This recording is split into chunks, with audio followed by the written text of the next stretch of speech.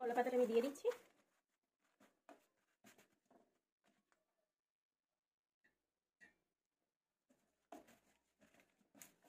এই কলা পাতার উপর আমি এবার মাটনটাকে দিয়ে দেব।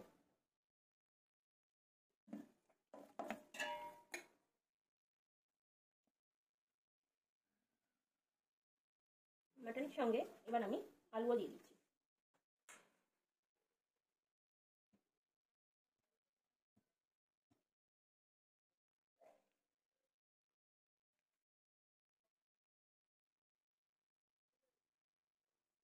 আমি মাটন স্টকটা দিয়ে দিচ্ছি।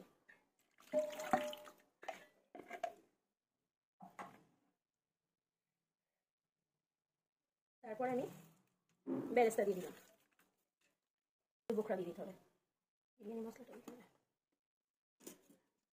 আগে থেকে তৈরি করে রাখা বিরিয়ানি মশলাটা আমি দিয়ে দিচ্ছি।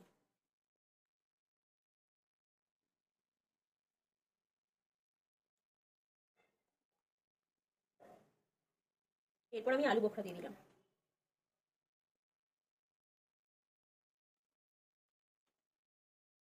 আমি খোয়া ক্ষীর দিয়ে দিচ্ছি।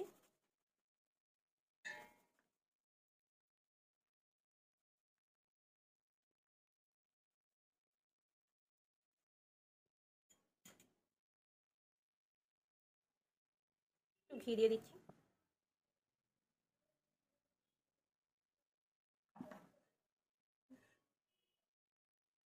এরপর যে মিশ্রণটা বানিয়েছি সেটা একটু অল্প পরিমাণে দিয়ে দিচ্ছি। এবার আমি চালটা দিয়ে দিচ্ছি, যেটা আমি 80% মতো সিদ্ধ করে রেখেছিলাম আগে থেকে।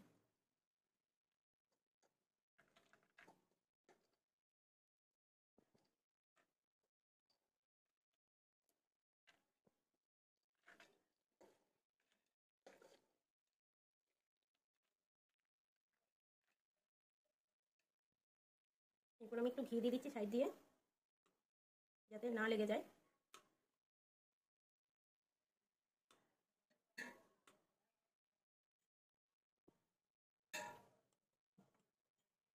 এরপর আমি মাটন ফ্যাট যেটা আমি তুলে রেখেছিলাম আমি দিয়ে দিলাম।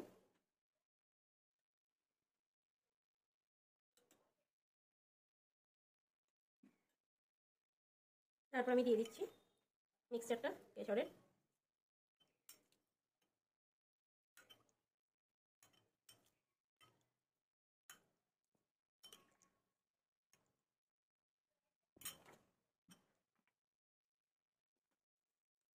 দিয়ে দিচ্ছি একটু পেঁয়াজ বেরেস্তা। এবার দিয়ে দিলাম একটু বিরিয়ানি মশলা।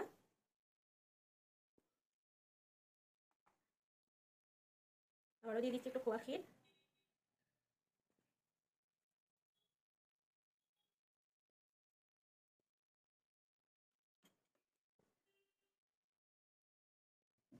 তারপর বাকি যে রাইসটা আছে সেটা আমি দিয়ে দিচ্ছি আর একটা লেয়ারে।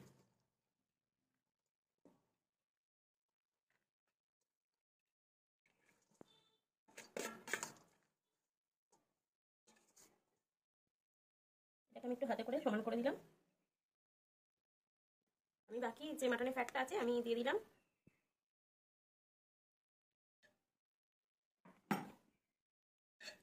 দিয়ে দিচ্ছি মিক্সচারটা কেশরের।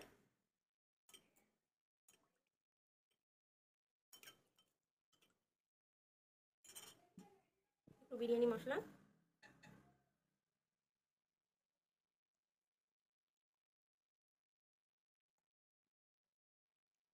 খোয়া ক্ষীর,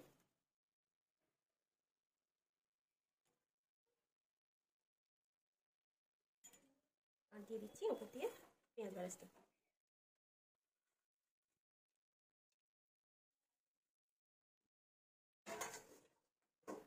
আর একটু আমি ঘি দিয়ে দিচ্ছি।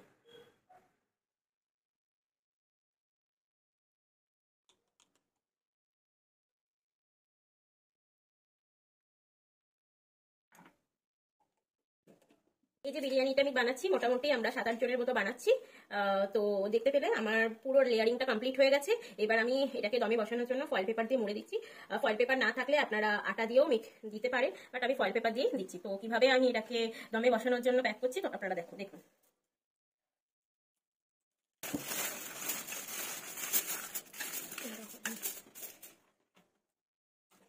এখানে একটুখানি জল দিয়ে দিচ্ছি। এবার কেন আমি জলটা দিয়ে দিলাম আপনাদেরকে বলছি। এর ওপর দিয়ে আমি আরেকটা ফয়েল পেপার দেবো, যাতে সেই ফয়েল পেপারটা উঠে না যায়, সেই জন্য দিচ্ছি। মানে দুটো ফয়েল পেপার একে অপরের সঙ্গে লেগে থাকবে।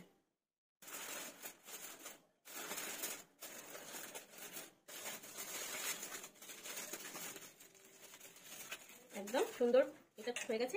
এরপর আমি এই ঢাকাটাকে এইভাবে দিয়ে দেবো, যাতে একটুখানিও ব্যাপার আর বাইরে আসতে পারবে না। খুব তাড়াতাড়ি এবার দমে বসিয়ে দেবো।